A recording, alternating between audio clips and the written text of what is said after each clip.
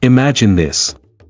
You're walking through a village in 19th century Nigeria, and you hear whispers, fear, superstition, and a dark tradition that's been followed for generations.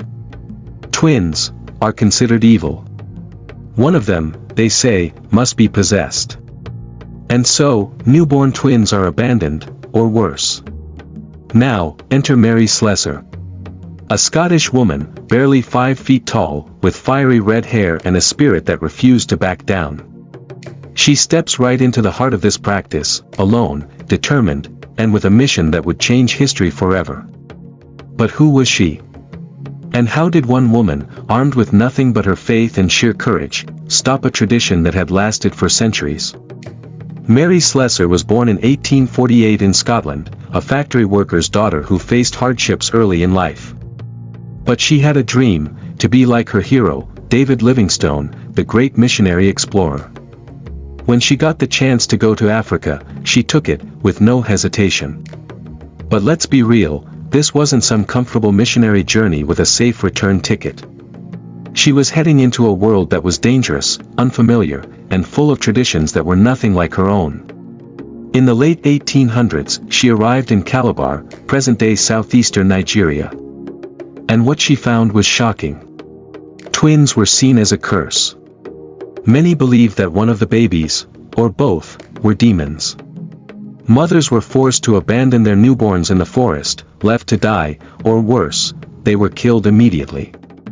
It was a deeply ingrained belief, something no outsider had dared to challenge. But Mary? She wasn't just any outsider.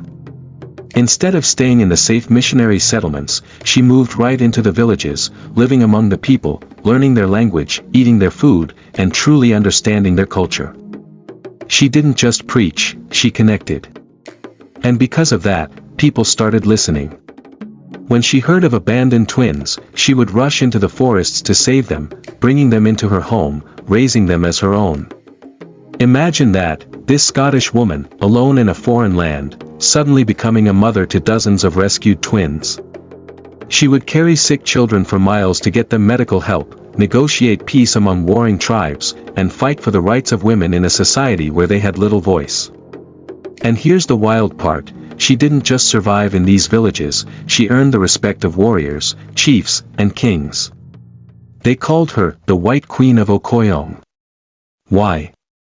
Because she settled disputes, stopped brutal punishments, and fought against injustices that had existed for generations.